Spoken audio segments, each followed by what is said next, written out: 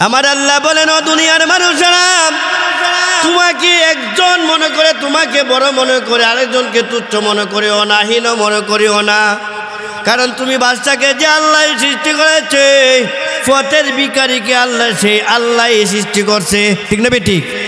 এই জন্য তোমাকে একজন মনে করে অপরজনকে তুমি তুচ্ছ মনে করিও না, হীন মনে করিও না।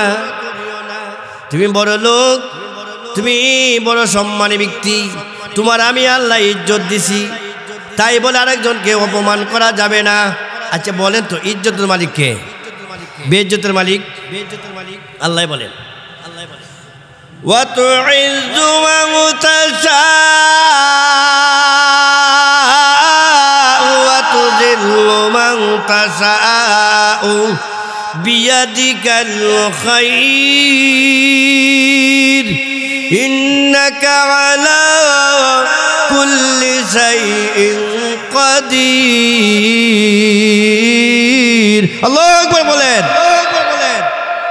আমার আল্লাহ বলে, আমি যাকে ইচ্ছা তাকে আমি আল্লাহ ইজ্জত দান করি, সম্মান দান করি। আমি আবার যাকে ইচ্ছা তাকে আমি আল্লাহ অপমান করি, লাঞ্ছিত বঞ্চিত করি।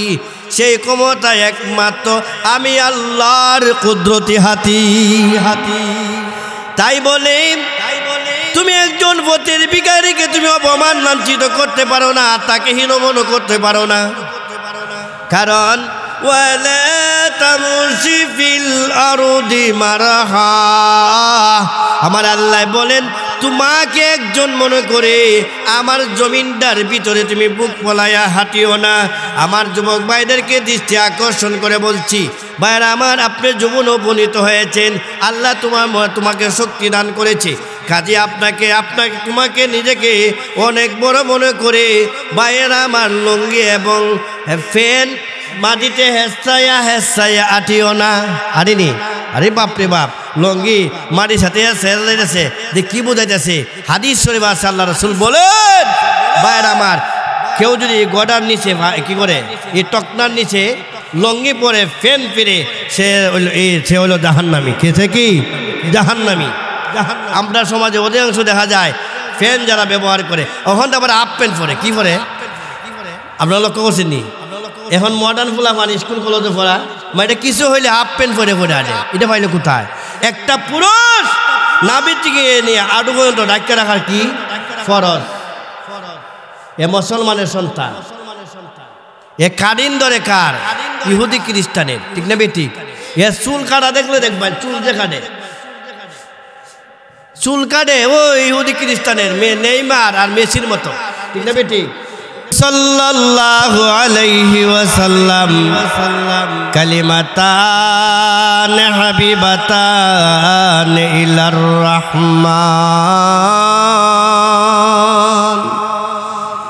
খাফিফাতান আলাল লিসান সাকিলাতান ফিল মিজান সুবহানাল্লাহি ওয়া বিহামদিহি। পড়েন, সুবহানাল্লাহিল আযীম। সকলেই মহব্বত পড়েন, সুবহানাল্লাহি ওয়া বিহামদিহি সুবহানাল্লাহিল আযীম। উপস্থিত রাজাবাড়িয়া কান্দি জাকির হাটি ইসলামী যুব সংগঠনের উদ্যোগে আজকে ইসলামী মহাসম্মেলনের পরম শ্রদ্ধেয় ভাজন সভাপতি বিশিষ্ট আলেম দ্বীন হযরত মাওলানা আব্দুল মান্নান সভাপতি সাহেব ও হযরত মাওলানা জামাল উদ্দিন আল আজমি সাহেব দামাত বারাকাতুহুম দিগার হাজরাত উলামায়ে কেরাম, বিশেষ করে আজকের মাহফিলের প্রধান আকর্ষণ উপস্থিত হয়েছেন আমার বন্ধুবর হযরত মাওলানা ইসলামউদ্দিন ফারুকী সাহেব সহ মুরব্বিয়ানে আজম ও আমার পর্দার অন্তরালে অবস্থানরত অত্যন্ত শ্রদ্ধেয় সম্মানিত মা ও বোনেরা, আমরা সর্বপ্রথমে মহান রাব্বুল আলামিনের অগণিত অসংখ্য শুকরিয়া আদায় করছি যে আল্লাহ পাক রাব্বুল আলামিন আপনি আমাদের কত মায়া করে মহব্বত করে আজকে মহতি জলসায় আসা এবং বসার মতো সেই সুযোগ সেই তৌফিকটুকু আল্লাহ দান করেছেন। এতে করে আমরা সকলেই অন্তরে গভীর থেকে মহব্বত আওয়াজে বলি আলহামদুলিল্লাহ। আপনাদের আলহামদুলিল্লাহ আওয়াজটা আমি মেনে নিতে পারি নাই, জুড়ে সুরে বলেন আলহামদুলিল্লাহ। ব্রাদার ইসলাম, যে প্যান্ডেলটার ভিতরে বসছি সেই প্যান্ডেলটাকে আল্লাহ রহমতের ফিরিস্তারা বেষ্টন করে রাখছেন। কিভাবে বেষ্টন জানেন? এইভাবে বেষ্টন করে রাখছেন। আকাশ থেকে যে সুই পালানো হয়, একটা সুই পালার মতো জায়গা নাই। এই প্যান্ডেলটাকে আল্লাহ রহমতের ফেরেশতা এইভাবে বেষ্টন করে রাখছেন। শুধু বেষ্টন না, এই প্যান্ডেলের ভিতরে যারা আছেন তাদের জন্য আল্লাহ দরবারে নাজাতের মুক্তির দোয়া করতেছেন। মাহফিল শেষ, রহমতের ফেরেশতারা চলে যাওয়ার পরে আল্লাহ জিজ্ঞেস করে, ফেরেশতা তোরা কোথায় থেকে আসলে? ফেরেশতারা বলতে থাকবে, আল্লাহ রাজাবাড়িয়া জাকির আলীর হে আপনার মায়ার বন্দারা কোরআনের মজলিস করছিল, জিকিরের মজলিস করছিল, দুরুদের মজলিস করছিল, সেখান থেকে আমরা আইছি। আল্লাহ হয় ফেরেশতারাই আমার বয়ার বন্দা তো এই কনকনে শীতের ভিতরে ইচ্ছা করলে তারা ঘরের ভিতরে বসে থাকতে পারত এবং শ্বাসটলে বসে বসে গল্প গুজা করতো। সবগুলি বিসর্জন দিয়ে আইসে তারা কি চায়?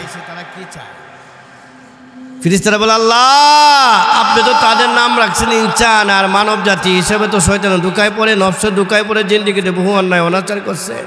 আল্লাহ গো তারা তাদের গুনাহতে পরিত্রাণ চায়, ক্ষমা চায়। সুবহানাল্লাহ বলেন।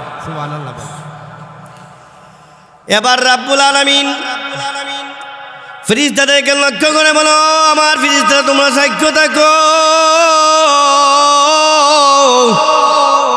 আমি আল্লাহ পাক রাব্বুল আলামিনের ইজ্জতের কসম খেয়ে বললাম, আমি আল্লাহ পাকের জালালিয়াতের কসম খেয়ে বলছি, যারে যা আজকের কোরআনের মজলিসকে উসিলা করে আমি আল্লাহ তাদের তামাম জিন্দিগির সমস্ত গুনাহ ক্ষমা ঘোষণা করে দিলাম।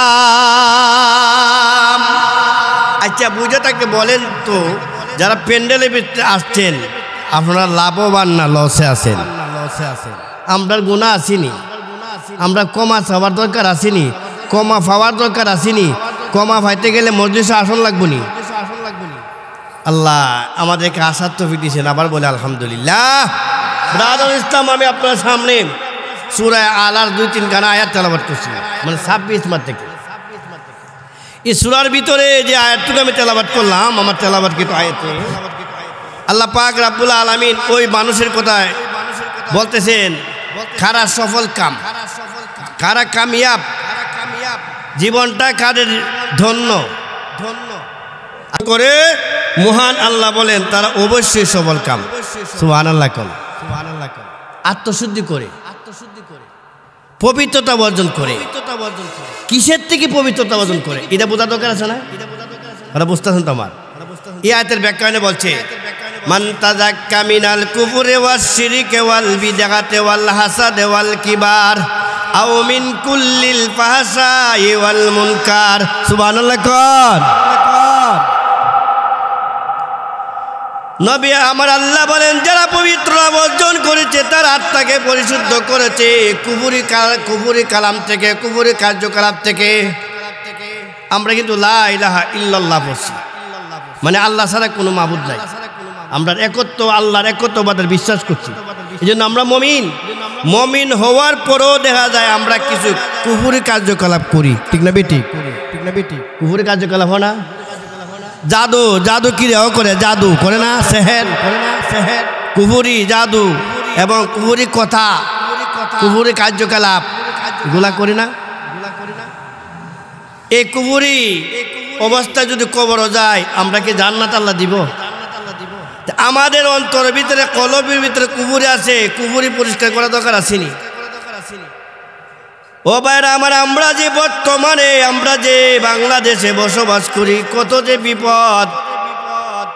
একটা সন্তান যখন যৌবন উপনীত হয়, একটা তরুণী যখন যৌবন উপনীত হয়, এই মেয়েটাকে ছেলেটাকে অনেকে জাদু করেনি, করে না? জাদু কিন্তু আমার নবীরও করছেন না? ইহুদিরা কিভাবে জাদু করছে দেখেন। ইহুদির ছেলে একজন সন্তান আমার নবীর খেদমতে থাকতো, নবীর খেদমত করত। সে নবীজির একটা চুল সংগ্রহ করিয়া চুল এবং চিরুনির দাঁত সংগ্রহ করে এক ইহুদির কাছে দিয়ে দিল। ভাইয়ের আমার, বন্ধুরা আমার, ওই আমার নবী বিশ্ব নবী রাহমাতুল্লিল আলামিনকে জাদুকিরা করা আরম্ভ করলো কিভাবে? এই চিরুনির একটা দাঁত এবং এই চিরুনির মধ্যে চুল, নবীজির লম্বা চুল দিল, এই চুল দিয়া 11টা কিলো দিয়া জারওয়ান নামক কুয়ার ভিতরে, এই ইহুদির নাম ছিল লবিদ ইবনে আসিম, এই জারওয়ান নামক কুয়ার ভিতরে পানির নিচে, পাথরের নিচে এই চুল এর পাথরের নিচে রেখে দিল। হঠাৎ করে দেখা যায় আমার নবী বিশ্ব নবী রাহমাতুল্লিল আলামিন এমন অসুস্থ হয়ে পড়ছে, কি রোগ হয়েছে দুনিয়ার কোনো ডাক্তারও জানে না, নবীজিও বুঝতে পারছেন না, মুমূর্ষু অবস্থা হয়ে গেছে, মরণাপন্ন অবস্থা। ঠিক এই সময়ে শয্যারত অবস্থা আমার নবীর কাছে দুইজন ফেরেশতা আছে, একজন হলো মাথার পাশে, একজন হলো পায়ের পাশে। মাথার পাশে ফেরেশতা, পায়ের পাশে ফেরেশতাকে বলে, রে তোমরা জানো নি গো আমার নবীকে কি করা হয়েছে? অর্থাৎ তুমি জানো নি আমার নবীকে জাদু করা হয়েছে। কিভাবে জাদু করলো? তখন মাথার পাশে ফেরেশতা বলে জাদু করা হয়েছে এইভাবে। একজন ইহুদি যার নাম হইল লবিদ ইবনে আসিম, সে জারওয়ান নামক কুয়ার ভিতরে এইভাবে জাদু করেছে। তখন ভাইরা আমার, কয়েকজন সাহাবী গিয়া ওই কুয়ার ভিতরে গেলেন, যায়া দেখলেন সেই কুয়ার পানি একদম লাল হয়ে গেছে, লাল বর্ণ হয়ে গেছে। কুয়ার ভিতরে পানি ভিতরে ঢুকে দেখে পাথরের নিচে এই চুল গিট্ট দেওয়া। ভাইয়ের আমার, বন্ধুরা আমার, আনার পরে বলা হয়েছে সূরা নাস এবং সূরা ফালাক, দুইটা সূরা মিলিয়া 11টা আয়াত আছে। প্রতিটা আয়াত পরে পরে যখন ফুট দিল 11টা গিট্ট ছুটে গেল, আমার নবীও সুস্থ হয়ে গেছে। এটা বুঝে থাকলে বলেন তো, নবী যদি গায়েব জানতো, নবীরে জাদু করছে যে নবী জানলো না? কথা শোনা, জাদু বিদ্যা আসেনি। এই জন্য তাফসীরে কিতাবে উল্লেখ করা হয়, ফজরের নামাজের পরে এবং মাগরিবের নামাজের পরে তুমি ছাইরে কুল পড়ো, আর পুরা সারা শরীরে তুমি কি করো? করমন্ডল করো, ফু দেও, তাহলে তোমাকে কোনো দিন জিন ভূত ফেরত এবং জাদু বিদ্যায় তোমাকে আক্রমণ করতে পারবে না। এই জন্য জাদুঘর যারা জাদু করে আর জাদু আনে, উভয় দল হলো জাহান্নামী। উভয় দল কি? এই জন্য আমাদের আত্মাকে পরিশুদ্ধ করতে হবে। কোথা থেকে? কুফুরি থেকে। কি থেকে? কুফুরি কার্যকলাপ, এমনইভাবে আমার কুফুরি কথাবার্তা থেকে। 2 নম্বর হইল শিরিক কথা থেকে। শিরিক যে করি, শিরিকে কথাও বলি না, আবার শিরিকে কিছু কাজও করি। অনেকে আমরা বলে লাই যে আমার এই ছেলেটা না থাকলে আমার ভয় আসিল না, বুঝলেছিনি? ছেলের ক্ষমতা আছে, এটা ছোট্ট একটা শিরিক করে লেছে বললাম, ঠিক না? এটা শিরিক হয়ে গেল। আল্লাহর সমকক্ষ পৃথিবীতে কেউ আছে? আল্লাহর সাথে অংশীদার সাব্যস্ত করা যাবে। শিরিক কাকে বলে? শিরিককে বলা হয় যারা আল্লাহর জাতের নামের সাথে কোনো কিছুকে অংশীদার বানায়, তাকে বলা হয় মুশরিক। তাকে কি বলা হয়? মুশরিকের পরিণাম কি ভালো? হযরত লুকমান আলাইহিস সালাতু ওয়াস সালাম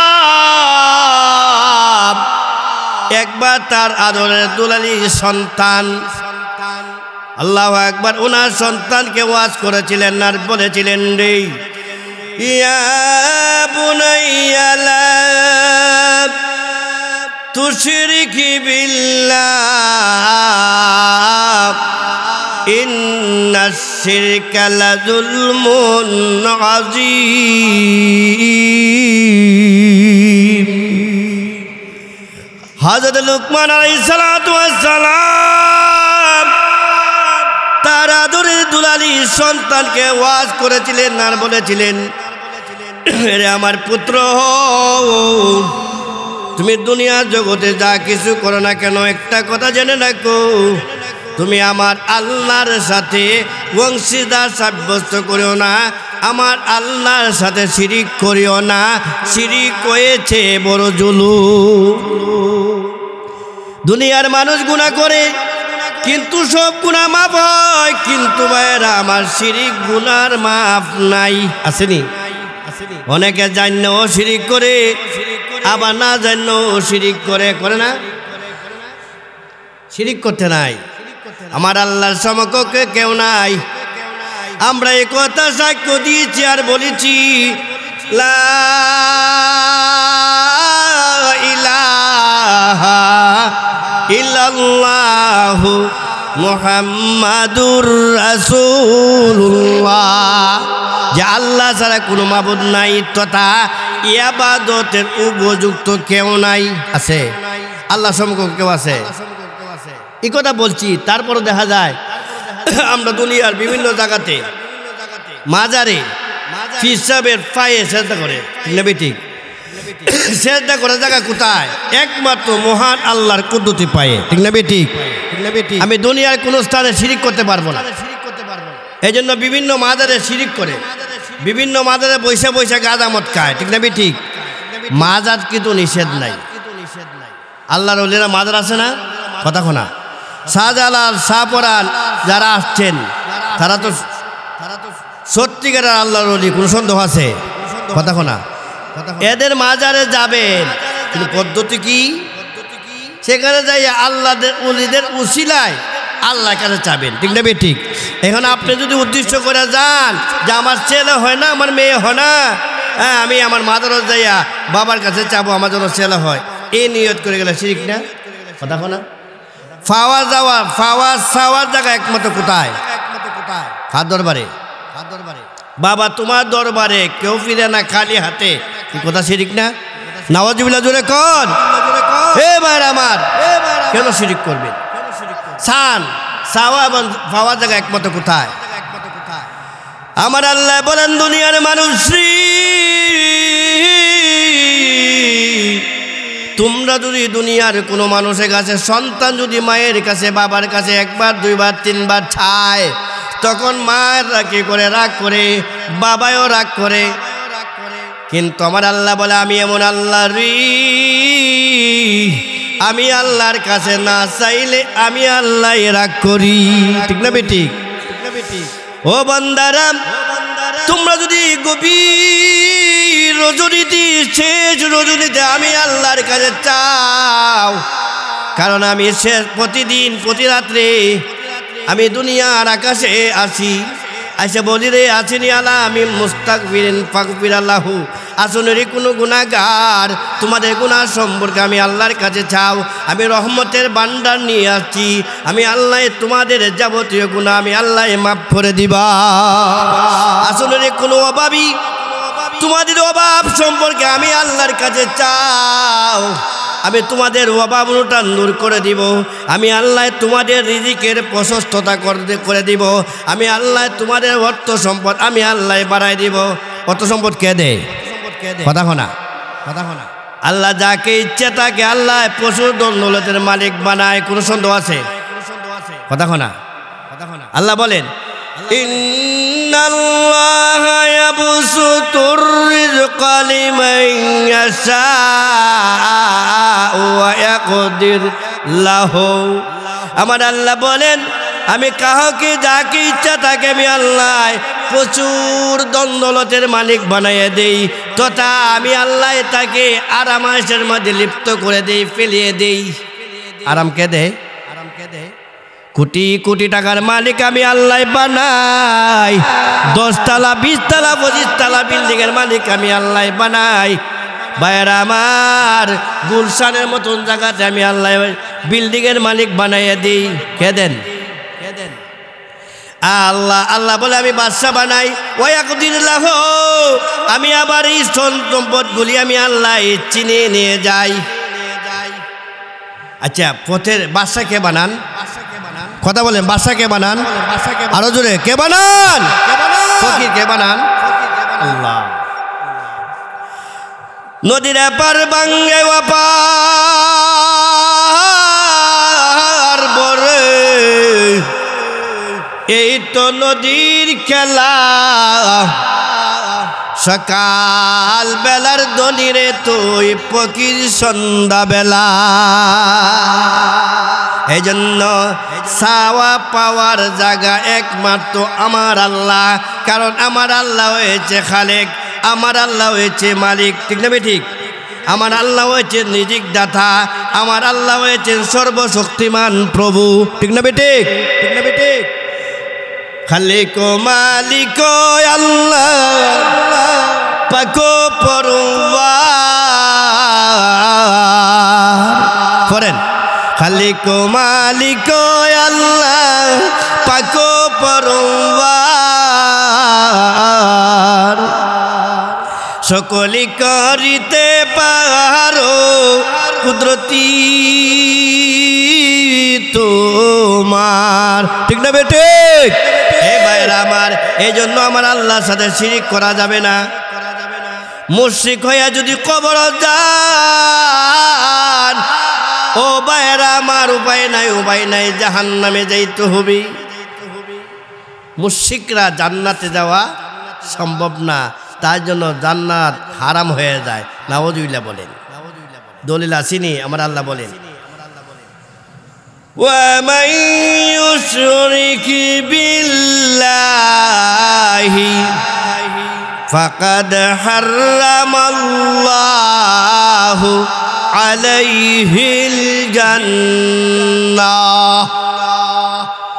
আমার আল্লাহ বলেন যারা মহান রব্বুল আলামিনের সঙ্গে অংশীদার সাব্যস্ত করে মহান আল্লাহর সাথে শিরিক করে আমার দয়ার আল্লাহ বলেন তার জন্য জান্নাত হারাম হয়ে যায় নাউযুবিল্লাহ কোন এই ওয়াজ দ্বারা আমরা কি বুঝলাম আমাদের আত্মা আমাদের নফস আমাদের কলবকে কি করতে হবে শিরিক মুক্ত করতে হবে ঠিক না ঠিক এক নম্বর হইল কুফরি দুই নম্বর হইল শিরিকি তিন নম্বর হইল বিদআত বিদআত আসেনি বিদআত কারা হয় যা কুরআনও নাই হাদিসও নাই সাহাবায়ে কেরামও করে নাই তাবিনও করে নাই তবে তাবিনও করে নাই মন গড়া মতো ইবাদত করাকে কি বলে বিদআত বলে কি বলে অনেক সময় মন গড়া কুরআনও নাই হাদিসও নাই আমরা আল্লাহ বলে নাই নবীও করে নাই বলে নাই এমন কাজ করাকে কি বলা হয় বিদআত বলা হয় বিদআতি যারা হয় বিদআতিদের পরিণামও খারাপ ঠিক না ঠিক নবীজি বলেন কুল্লু বিদআতিন দালালাহ ওয়া কুল্লু দালালাতিন ফিন্নার নাউযুবিল্লাহ জোরে কোন নবী আমার বলেন প্রত্যেক বিদআতকারীরা হয়েছে গুমরাহ পথভ্রষ্ট আর প্রত্যেক পথভ্রষ্ট যারা গুমরাহ যারা তাদের ঠিকানা হইল জাহান্নাম নাউযুবিল্লাহ জোরে কোন এই জন্য অন্তরটাকে আমাদের শিরিক মুক্ত করতে হবে অন্তরটাকে বাইরে আমার বিদআত মুক্ত করতে হবে এরপরে হইল ওয়াল কিবার কি এরপর হইল ওয়াল হাসাদ হিংসা আমাদের সমাজে কি পরিমাণ হিংসা রোগটা এমন ভাবে বিরাজ করছে আমাদের সমাজে ভাইরাসের মতো কি করোনা ভাইরাসের মতো হিংসা ঘরে ঘরে ঘরের ভিতরে হিংসা বায়ে বায়ে হিংসা ঠিক না ঠিক ভাইয়েরা আমার নেতা নেত্রীর মধ্যে হিংসা বিএনপি এক দল করে তার মধ্যে 14 দল ঠিক না ঠিক আমরা ইসলামিক দল করে কয়েকটা দল ঠিক না ঠিক আর এক ভাই আমার প্রতিবেশী কোটিপতি হয়ে যাচ্ছে বিল্ডিং এর মালিক হয়ে গেছে সম্মানী হয়ে গেছে তারে কিভাবে দুর্বল করা যায় তারে কিভাবে ধ্বংস করা যায় এই প্রচেষ্টা করে না কেন তারে এই ধন সম্পদ কে দেন ইজ্জত কে দেন আমি হিংসা করলে কি লাভ হবে আমার হিংসা দ্বারা কি সে লোকটা ক্ষতিগ্রস্ত হইব না লাভবান এই লোক লাভবান হবে আমি ক্ষতিগ্রস্ত হব আমি ক্ষতিগ্রস্ত হব হিংসা নামক রোগ খুব বেশি খারাপ আল্লাহর মাখলুকাতের মধ্যে সব সবচেয়ে হিংসা হইল কুকুরের মধ্যে। কার মধ্যে? একটা কুকুর কোনো একটা কুকুর দেখতে না, ঠিক না বেঠিক? আমরা সমাজে দেখবেন একটা নেতা আরেকটা নেতারে দেখতে পারে না, ঠিক না বেঠিক? আরেকটা লোক একটা বিল্ডিং এর মালিক হয়েছে, আরেকটা লোক বিল্ডিং এর মালিক আমার সমান হয়ে যাব, এটা হতে পারে না। এটা একটা প্রতিহিংসা। এগুলো হলো চতুর্থ জানোয়ারের কাজ। কার কাজ? এই জন্য আল্লাহ বলেন হিংসা যাদের আছে এরা কুকুর চাইতে নিকৃষ্ট, ঠিক না বেঠিক? কারণ আল্লাহ বলেন উলাইকা কাল আনআম বাল হুম আদাল। আল্লাহ বলেন এই সমস্ত হিংসুক যারা তারা হয়েছে চতুর্থ জানোয়ারের মতো, কুকুরের মতো, এমনকি এর চাইতে আরো নিকৃষ্ট। কারণ মহান রাব্বুল আলামিন চতুর্থ জানোয়ারকে আমার আল্লাহ বাক শক্তি দেয় নাই, বুঝ শক্তি দেয় নাই, কিন্তু মানব জাতি আশরাফুল মাখলুকাত সৃষ্টির যারা জাতি আমার আল্লাহ বলেন আমি তাদেরকে বাক শক্তি দিয়েছি, কথা বলার শক্তি দিয়েছি, বুঝ দিয়েছি, বুদ্ধি দিয়েছি, তারপরে কেমন করে তোমরা চতুর্থ জানোয়ারের মতো কাজ করো। এই জন্য আল্লাহ বলেন ওই প্রকারের মানুষরা হয়েছে গো চতুর্থ জানোয়ারের চাইতে নিকৃষ্ট। দেখতে মানুষ, ভিতরে বাইরে আমার তার ভিতরে হয়েছে কুকুরের অভ্যাস। কিছু মানুষ আছে তার ভিতরে বাঘের অভ্যাস, কিছু মানুষের আছে বাইরে আমার সাপের অভ্যাস, ঠিক না ঠিক? সাপের অভ্যাস বসবাস করে, দেখতে কিন্তু মানুষ, ঠিক না ঠিক? একটা ঘটনা শুনে, শাহ ওলিউল্লাহ মুহাদ্দিসে দেওলভী, দেখতে দে মানুষ আর ভিতরে যে চতুর্থ জানোয়ার মতো। দিল্লির মসজিদে একজন খতিব ছিলেন শাহ ওলিউল্লাহ মুহাদ্দিসে দেওলভী, বহুত বড় একজন আল্লাহর ওলি ছিলেন এবং বড় আলেম ছিলেন। উনি যখন দিল্লির মসজিদে জুমার নামাজ পড়াইতেন, জুমার দিনে উনি খুতবা দিতে যায়, দেখা যায় মুসল্লিদের দিকে না তাকাইয়া ওনার চোখের মাঝে রুমাল দিয়ে রাখতেন। বহুত বড় ইমাম, ওনাকে উনি যে খুতবা দিতে যায় মুসল্লিদের দিকে তাকানা, এই কথাটা জিজ্ঞেস করার মতো ক্ষমতা কার নাই? দাবরশালী ইমাম। আর আমরা তখন ইমামরা যেমনে মন চাই এমনি ব্যবহার করি, ঠিক না বেটি? ইমামে মুসল্লিরে ভয় পায়, ইমামের সাথে আমরা আচরণ করি কিসের? গোলামের মতন, ছাত্রের মতন, ঠিক না বেটি? অথচ ইমাম কত দাম। শাহ ওলিউল্লাহ মুহাদ্দিস দেওলভী রহমাতুল্লাহ আলাইহি বহুদিন যাবত দিল্লির মসজিদে এইভাবে নামাজ পড়াইতেছেন, জুমা পড়াইতেছেন। কোন বাহাদুর তিনিকে জিজ্ঞাসা করার মতো ক্ষমতা রাখে না, কিন্তু একদিন এক বাহাদুর উনাকে জিজ্ঞাসা করার মতন ক্ষমতা পেয়ে ফেললাম। ওই শাহ ওলিউল্লাহ মুহাদ্দিস দেওলভী রহমাতুল্লাহ আলাইহি যখন জুমার নামাজ পড়ে মসজিদ থেকে বের হইলেন, বের হওয়ার পরে এক লোককে জিজ্ঞাসা করলো, এগো আমাদের খতিব সাহেব, আপনি আমাদের মসজিদে দীর্ঘদিন ধরে খতিবগিরি করেন, ইমামতি করেন, কিন্তু খুতবা দিবার কালীন, খুতবা চলাকালীন পর্যন্ত আপনি আমাদের দিকে তাকান না কেন? এমন বেবড়া লোক, শক্তিশালী আর কি, মূর্খ জাহেল, তারা কিভাবে তার উত্তর দেওয়ার মতো ক্ষমতা নাই। আল্লাহর ওলি কি করছে জানেনি? এই শাহ ওলিউল্লাহ মুহাদ্দিস দেওলভী রহমাতুল্লাহ আলাইহি ফাঁকড়িটা তার মাথা দিয়ে দিছে। গভীর মনোযোগে বোঝেন, ফাঁকড়িটা দেওয়ার সাথে সাথে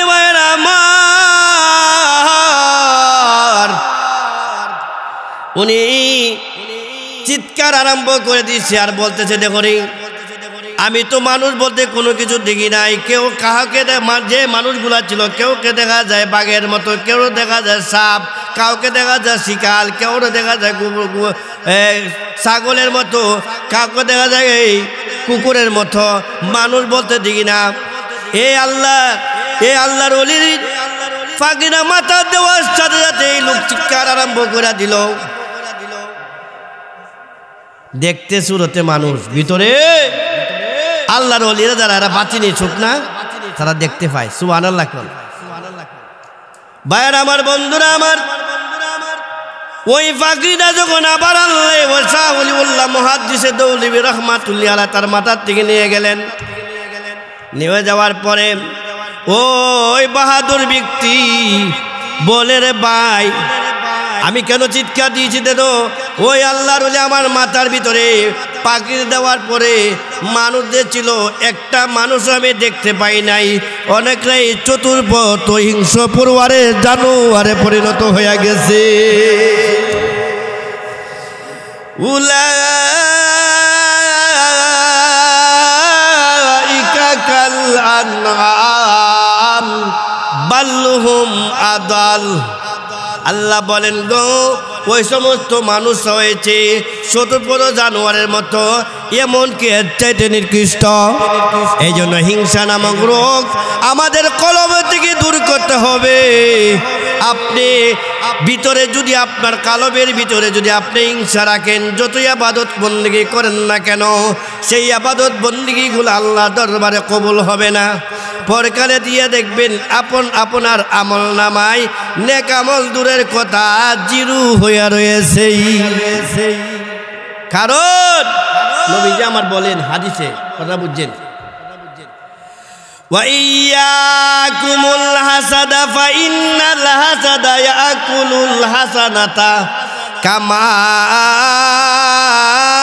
ইয়াকুলুন নাব নবী আমার বলেন ওই আমার উম্মতের দল বিশেষ করে তোমরা হিংসা রাশারেশি থেকে বেঁচে থাকো গো কারণ জানোনি হিংসায় মানুষের নেক আমলকে এমনভাবে ধ্বংস করে দেয় এমনভাবে পুড়িয়া জ্বালিয়া দেয় যেমনইভাবে আগুনে তার লাকড়িকে পুড়িয়া জ্বালিয়া দেয় ভাইয়েরা আমার আপনি লাকড়ির ভিতরে আগুন দিলেন আগুন দেওয়ার পরে সেই লাকড়ি পুড়িয়া ছাই হয়ে যায় কিছু থাকে না আপনি কত আমল করলেন হজ করলেন নামাজ পড়লেন যাকাত দিলেন দান খয়রাত করলেন অনেক কিছু করলেন কিন্তু আপনার ভিতরে হিংসা রয়েছে আপনার কলবটা এই রোগে রোগান্বিত হয়ে গেছে আপনার আমল নামায় কিছু পাইবেন না এই জন্য আমার ওয়াজ দ্বারা কি বললেন হিংসা করো না সারণ কতক্ষণ হিংসা করো না সারণ হে ভাইরা আমার 4 নম্বর হয়েছেন আমার আল্লাহ বলেন তোমাদের অন্তরকে অহংকার মুক্ত রাখতে হবে কি মুক্ত এটা তার বড় রূপ ঠিক না বেটি একটু বড় হয়ে গেলে একটু টাকার মালিক হয়ে গেলে আরে বাপরে বাপ সালাম তো দিবে দূরের কথা সালামের জবাবও দিতে চান ঠিক না বেটি কি পরিমাণ দিমাগ আর কি পরিমাণ ধাম্পিকতা আল্লাহু আকবার ভালো একজন নেতা যদি হয়ে জায়গা আরে বাপরে বাপ মানুষের তো মামলা হামলা তো দিবে আর কত যে ক্ষতিও করে নেতা এবং রাজনীতিবিদদের কাজ কি মানুষের ক্ষতি করো না সেবা করা কথা শোনা এত দাপট কেন এই দাপট কি চিরকাল থাকবে কথা শোনা এই দাপট কি মানুষের চিরকাল থাকে তোমার ইজ্জত আল্লাহ দিছে কে দিছে তোমার আল্লাহ দর্শব্য দিছেন তাই বলে আরেকজনকে আল্লাহ ফকের ভিখারি বানাইছেন তাকে কি তুমি ছোট মনে করবে হাতের পাশে আঙ্গুল কি এক সমান আপনারা আমার ওয়াজ বুঝতেছেননি এই ওয়াজগুলো দরকার আসেনি এগুলো আমাদের সমাজ আসেনি এই ওয়াজগুলো খুব কম হয় এই জন্য আমার আল্লাহ ওয়াজ করে কোরআনের ভিতরে অহংকারীদেরকে আল্লাহ ওয়াজ করেন ওয়ালা তুসাইর খাদ্দাকা লিন্নাস ওয়ালা তামশি ফিল আরদি মারহা ইন্নাহু লা ইউহিব্বু কুল্লা মুখতালিন ফাখুর আল্লাহু আকবার জোরে কোন আমার আল্লাহ বলেন ও দুনিয়ার মানুষেরা তোমাকে একজন মনে করে তোমাকে বড় মনে করে আরেকজনকে তুচ্ছ মনে করিও না হীন মনে করিও না কারণ তুমি বাচ্চাকে যে আল্লাহ সৃষ্টি করেছে পথের ভিখারিকে আল্লাহ সে আল্লাহ সৃষ্টি করছে ঠিক না বেঠিক এই জন্য তোমাকে একজন মনে করে অপরজনকে তুমি তুচ্ছ মনে করিও না হীন মনে করিও না তুমি বড় লোক তুমি বড় সম্মানী ব্যক্তি তোমার আমি আল্লাহ ইজ্জত দিছি তাই বলে আরেকজনকে অপমান করা যাবে না আচ্ছা বলেন তো ইজ্জতের মালিক কে বেইজ্জতের মালিক আল্লাহ বলেন ওয়া তুইজ্জু মান তাশাউ ওয়া তুযিল্লু মান তাশাউ বিয়াদিকাল খায়র ইন্নাকা আলা কুল্লি শাইইন কাদির। আল্লাহু আকবার বলেন। আমার আল্লাহ বলে আমি যাকে ইচ্ছা তাকে আমি আল্লাহ ইজ্জত দান করি, সম্মান দান করি। আমি আবার যাকে ইচ্ছা তাকে আমি আল্লাহ অপমান করি, লাঞ্ছিত বঞ্চিত করি। সেই ক্ষমতা একমাত্র আমি আল্লাহর কুদরতি হাতি। তাই বলে তুমি একজন পথের ভিখারীকে তুমি অপমান লাঞ্ছিত করতে পারো না, তাকে হীনমন্য করতে পারো না। কারণ ওয়ালা তামশি ফিল আরদি মারহা, আমার আল্লাহ বলেন তোমাকে একজন মনে করে আমার জমিনটার ভিতরে তুমি বুক ফলাইয়া হাঁটিও না। আমার যুবক ভাইদেরকে দৃষ্টি আকর্ষণ করে বলছি, ভাইরা আমার, আপনি যৌবন উপনীত হয়েছেন, আল্লাহ তোমাকে শক্তি দান করেছে। কাজে তোমাকে নিজেকে অনেক বড় মনে করে ভাইয়েরা আমার লুঙ্গি এবং ফ্যান মাটিতে হেসাইয়া আটিও না। আরিনি, আরে বাপরে বাপ, লঙ্গি মাটির সাথে যাইতেছে যে কি বোঝাইতেছে? হাদিস শরীফ আছে, আল্লাহ রাসূল বলেন ভাইয়েরা আমার, কেউ যদি গডার নিচে কি করে এই টকনার নিচে লঙ্গি পরে ফ্যান ফিরে সে হলো জাহান্নামী। খেয়েছে কি? জাহান্নামী। আমরা সমাজে অধিকাংশ দেখা যায় ফ্যান যারা ব্যবহার করে ওখান আবার হাফ প্যান্ট পরে। কি পরে আপনারা লক্ষ্য করছেন নি? এখন মডার্ন ফুলা মানে স্কুল কলেজে পড়া মানে কিছু হইলে হাফ প্যান্ট পরে আনে। এটা পাইলে কোথায়? একটা পুরুষ নাভির থেকে নিয়ে আডু পর্যন্ত ডাক্কা রাখার কি ফরজ? এ মুসলমানের সন্তান, এ কাদিন ধরে কার? ইহুদি খ্রিস্টানের। ঠিক না বেঠিক? এ চুল কাটা দেখলে দেখবেন, চুল যে কাটে, চুল কাটে ও ইহুদি খ্রিস্টানের মেয়ে নেইমার আর মেসির মতো। ঠিক না বেঠিক? এদিকে লাগে আমাদের আদর্শ। আমাদের আদর্শ কি? আমাদের নবী। ঠিক না বেঠিক? আমার নবী কি করছে দেখতে হবে। লাকাদ কানা লাকুম ফি রাসূলিল্লাহি উসওয়াতুন হাসানাহ। আমার আল্লাহ বলেন, ও দুনিয়ার আমার বান্দা বান্দীরা, তোমরা নেইমার আর ইহুদি খ্রিস্টানে তোমরা আদর্শবান হইও না। তোমাদের আদর্শর আইডেল রয়েছে, মডেল রয়েছে আমার তোমাদের নবীর মধ্যে। তোমরা নবীর আদর্শবান হও। তোমার নবী জীবনে কোনোদিন ফ্যান পরে নাই, তোমার নবীজি কোনোদিন শার্ট পরে নাই, নবীজি কোনোদিন এইভাবে কাদিন করে মাথার শার্ট দেয় নাই। দিছে? তুমি না নবীর উম্মত? তুমি নবীর উম্মত দাবি করো, নবীর আশিক দাবি করো। নবীর আশিক দাবি করলে নবীর আদর্শ কি আমার মাঝে থাকা দরকার আছে কি না? আমি যদি বলি আমি নবীকে ভালোবাসি, আমার নবী যা করছে তা যদি করি, তাহলে হবে সত্যিকারের আশিক। নবীর আশিক হওয়া দরকার আছে কিনা? কথা কোনা নবীর আশিক না হলে মুমিন হওয়া যাবে? अरे अश्क महबूब खुदा जिस दिल में हासिल नहीं, लाखों मुमिन हा मगर ईमान में कामिल नहीं। ठीक ना बेटे? कवि बोले रे যার ভিতরে দয়ার নবী মায়ার নবীর ভালোবাসা নাই, নবীর প্রেম নাই, সে যতই ভাইয়েরা আমার মমিন দাবি করুক, সে আসলে প্রকৃত মমিন না। আমার নবী কোনোদিন অহংকার করে নাই। আমার নবী জীবনটা বড় বিনয়ীভাবে চলছেন। কিভাবে? হাদিস আছে, মান তাওয়াদা লিল্লাহ রাফাহুল্লাহ। নবী আমার বলে, তুমি কি করো? তোমার নিজেকে ছোট মনে করো। তুমি যদি বিনয়ী হয়ে যাও, তুমি যদি নম্র ব্যবহার করো, তাহলে তোমার আল্লাহ ইজ্জত সম্মান বাড়াইয়া দিবে। ভদ্রলোকের দাম আছে কি নাই? ভদ্রলোক ব্যবহারে চিনা যায়। ঠিক না বেঠিক?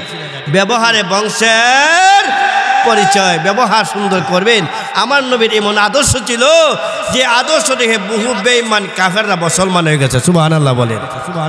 আমার নবীর চেহারা মুবারক দেখে কথাবার্তা বলে কথাবার্তা শুনে আমার নবীর ব্যবহার দিকে বহু বেঈমান কাফেররা মুসলমান হয়ে গেছে।